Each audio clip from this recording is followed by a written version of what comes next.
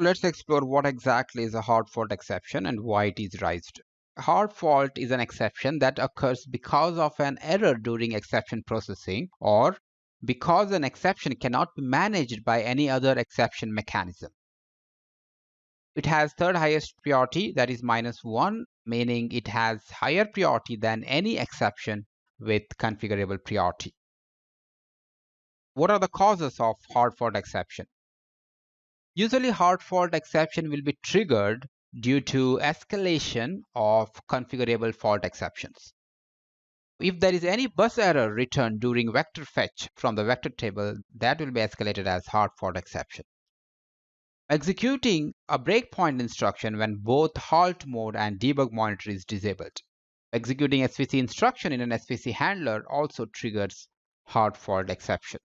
If the configurable exceptions are not enabled and if any fault happens which are related to configurable exceptions, then that fault will be escalated to invoke the hard fault exception handler. For example, let's say a program tries to divide a number by 0. The divide by 0 fault is actually triggers a usage fault exception. Divide by 0 comes under usage fault exception. If usage fault exception is enabled, usage fault handler will be executed by the processor.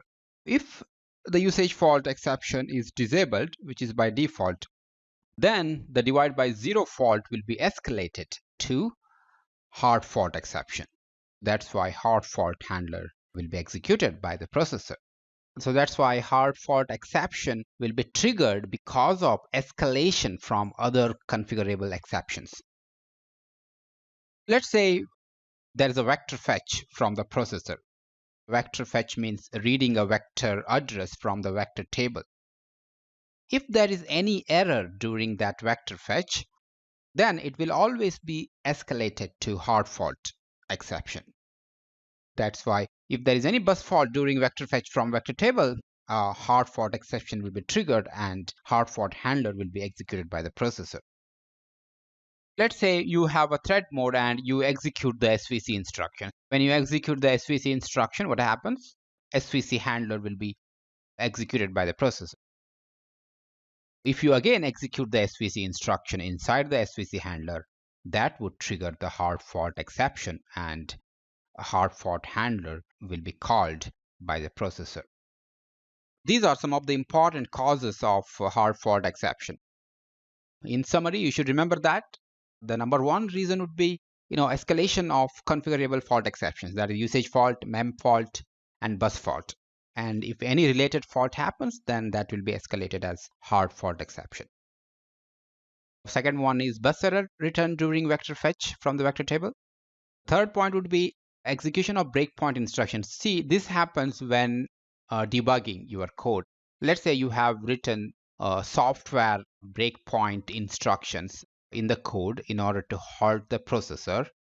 In the processor setting, if halt mode and debug monitor both are disabled, then execution of a breakpoint instruction would result in hard fault exception. After that, one more important cause is executing SVC instruction inside the SVC handler. Let's move forward. There is a register called hard fault status register. This register will give you a clear picture why exactly the hard fault exception triggered.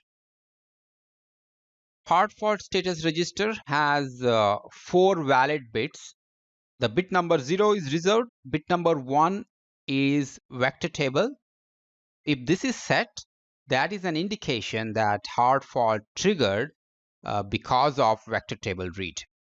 That means if this is set, then bus fault on vector table read. And remember that even if the bus fault exception is enabled, the bus fault exception handler will not be executed by the processor because this error is always handled by the hard fault handler.